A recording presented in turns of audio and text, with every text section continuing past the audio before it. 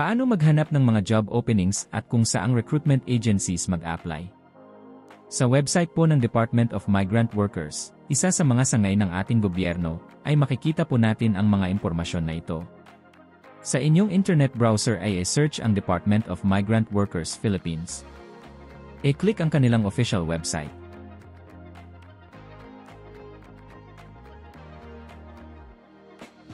Sa header ay i-click ang Approved Job Orders.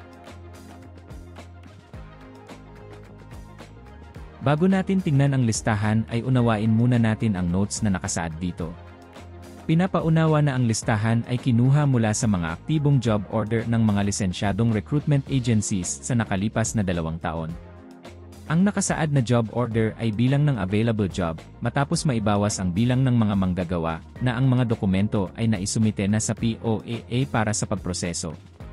Ang mga job order ay itinuturing na aktibo maliban kung kinansela ng employer o recruitment agency.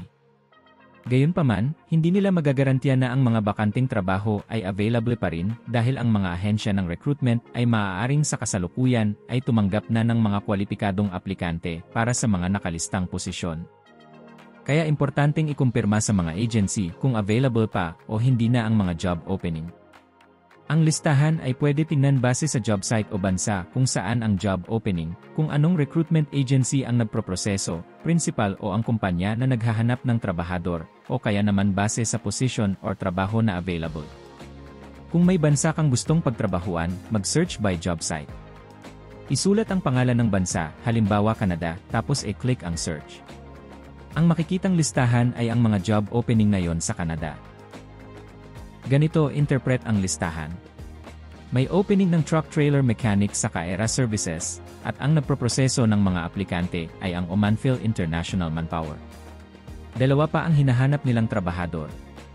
E-scroll down lang at tingnan bawat page para makita ang iba pang opening.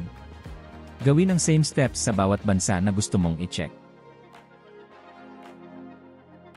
Ito naman kung gusto mo mag-search ng opening depende sa trabaho. Click the position option sa filter box. I-type ang job title na gusto mo, then click search. Tingnan ang listahan at piliin ang angkop sa'yo.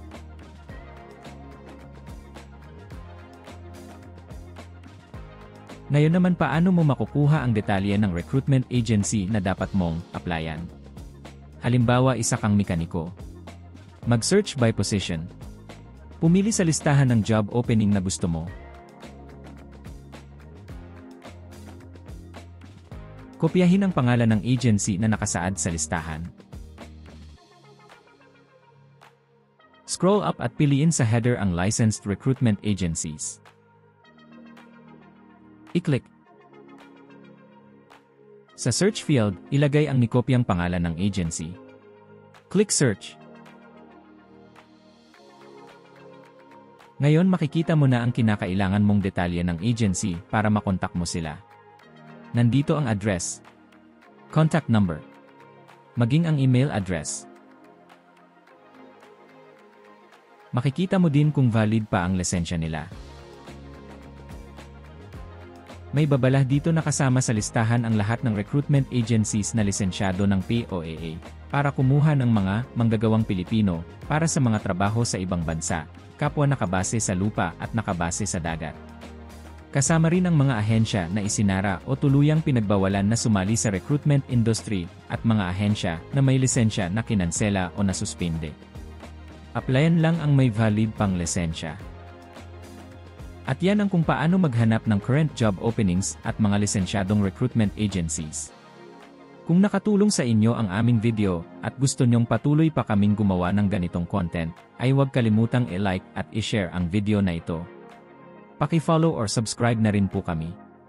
Tandaan, sa tamang impormasyon, sipag at tiyaga, ang pangarap mong makapagtrabaho sa ibang bansa ay kayang-kaya.